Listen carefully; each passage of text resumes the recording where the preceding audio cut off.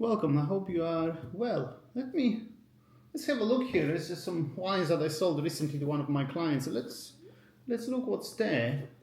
Well, Cristal 2002, which is the Prestige Cuvée of Louis Roeder, and this is the 2002, which is fantastic.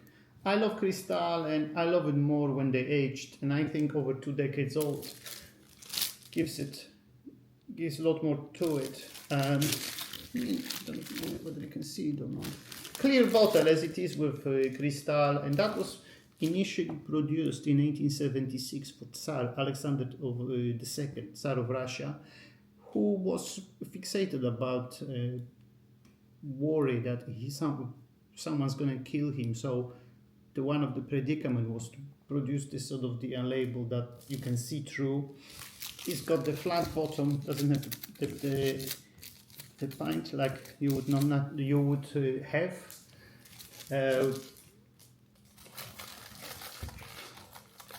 Phenomenal, great, particularly with age, as it is over 2 decades old.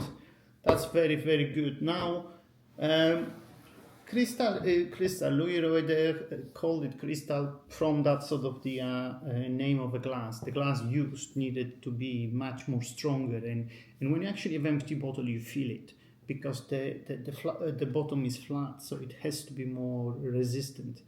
And at the time, it was used crystal glass for that particular bottle, and that's really where the name came from. And that wasn't visible till 1945 was the actually first commercial vintage. Great champagne, fantastic champagne, true superstar. Well, there's a couple of what else is here? A couple of Rieslings here. The Kirchspiel from Wittmann, vintage 2017, which was excellent in German, and Nevitz, another dry Riesling this as well, 2017. I like those Wittmanns. I think they're phenomenal. It seems like that the Keller with its Molstein and Gigi and in the G-Max is the sort of one of the wines that people feel, oh, that's absolutely best. But I think the Molstein and Kirchspiel from Wittmann is not to be overlooked. I think they phenomenal wines, really worth the hassle. And Nevitz, I tried this wines a few times recently. Much more. Both of those examples are what you would refer to as a dry Grand Cru style Rieslings. This has really phenomenal line of the mineral acidity with a lot of freshness, as Riesling do. And Kirchspiel Wittmann, more of a textured wine, but nonetheless, they're both excellent. What we've got here? What's next? Well, there's a couple of Barolos actually. So the Giuseppe Rinaldi, vintage 2020. Trentine Vineyard, and the Barolo Ceretta 2016 from from Giacomo Conterno. Both fantastic. I think to me they're as good as each other. I wouldn't be able to point out which one's better. I think they both are example what you would consider as in benchmarks of Barolo production. There is a certain difference between in terms of the style. What I really love about Rinaldi is this sort of the more of a tender, softer structure, which works because this one is very quickly got to 14 plus alcohol by volume. There is a high acidity, high tannins. So if there is any factor that moderates that richness, and they do have that sort of the softness in mid and back palate, which is clearly visible and, in my opinion, beneficial. Still, we're talking 2020, so this is still a wine that needs long time, as Barolo do. Conterno, oftentimes referred to as the best of the best because of the Monfortino, one of the wines he makes. Well, he doesn't make it every year, but when he does, this is sort of the seen as the greatest impression of Barolo. Certainly, it is phenomenal. It's as good as Rinaldi in my books. More of a concentrated, more of a narrow in terms of the flavor what you're getting. Fascinating too. We did not that long ago with a couple of my friends comparison of Rinaldi and Conterno, not the the vintage Barolo, different vineyards, but sort of the same vintage. And it was phenomenal, phenomenal impression. You could really balance the views.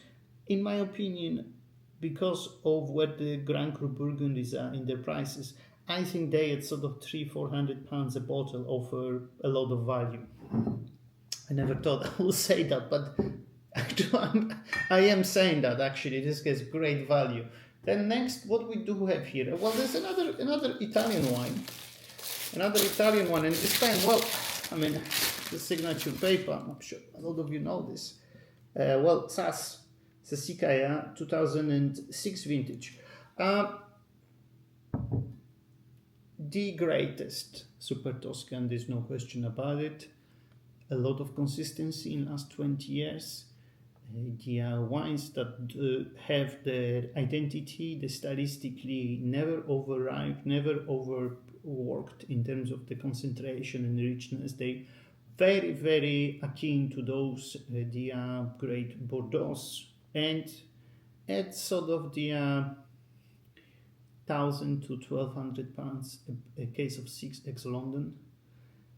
They do give a run for their money to First Grove, being twice the price. There's no question about it. Of course, there is still a bit of a different stylistic imprint of that sort of balsamic. I'm always finding that in Super Toscan, and well, it shows where these wines are coming from, and you know, Sassicaia particularly in 2006. So you know, we're talking about great vintage that has already 20 years of age. So it start to get optimal. I drank this on a number of occasions. Last time, a few months ago. Phenomenal. I think the wine has absolutely everything going for it. Aromatically, you've got a blackberry, it's sort of balsamic structure.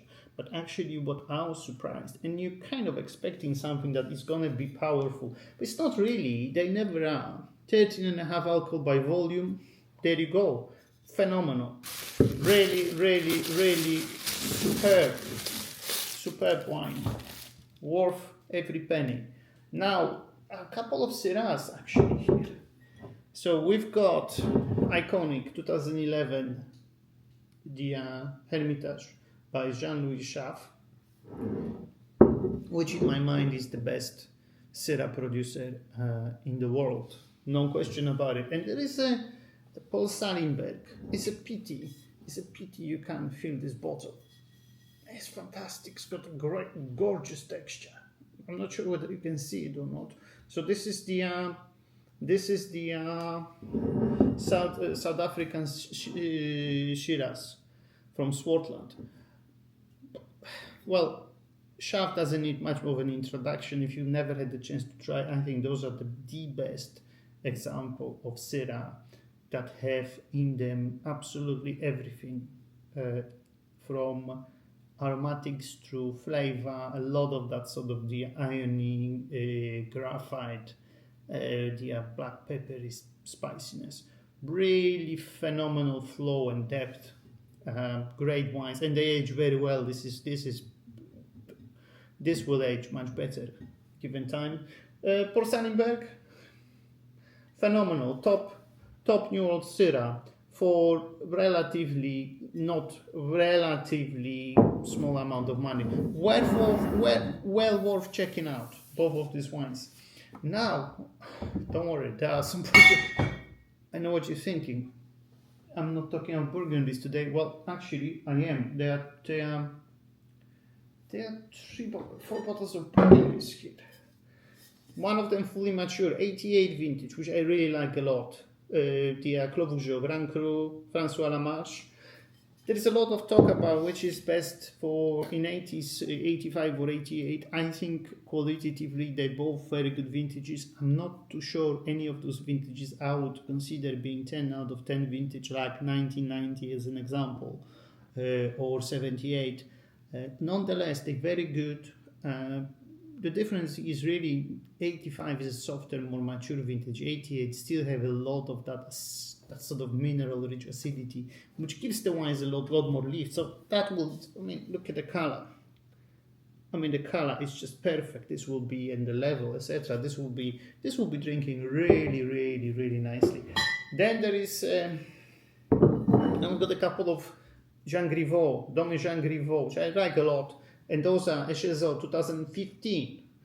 Probably one of the best value HSOs you can find. I think they're phenomenal.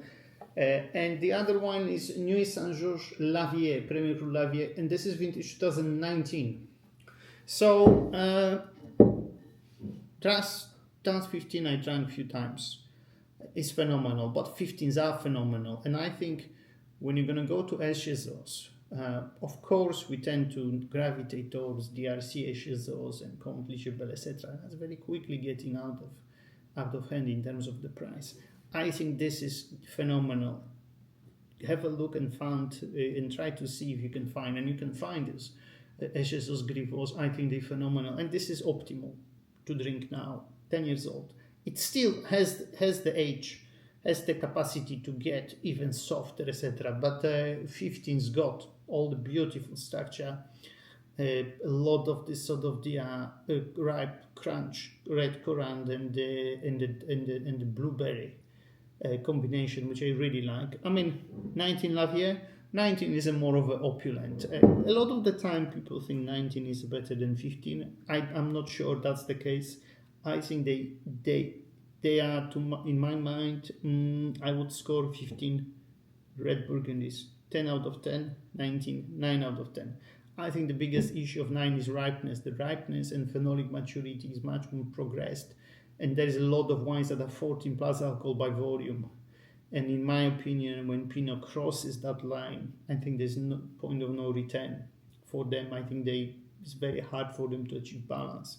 Whereas 15 are they have much more proportion there. But nonetheless, both of them fantastic. And the last of the wines, Von Romanet, Jachet, 2021, Domaine Bois Gevrey. New domain on the scene started to produce wines in 2019. Two brothers recovering the family vineyard, and Jachet is right behind the house of the Jean-Yves Bizot and has been put on the map largely by Jean-Yves Bizot.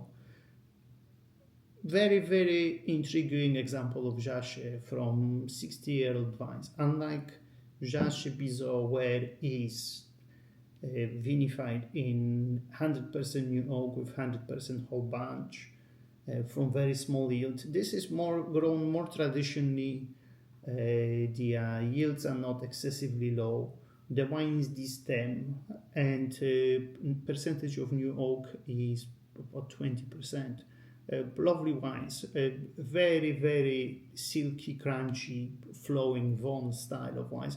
Check out, they do as well have the HSO from 2023, and they do have a Boudot d'Amande and Souchot. Really lovely domain, worth checking out. So that's the selection.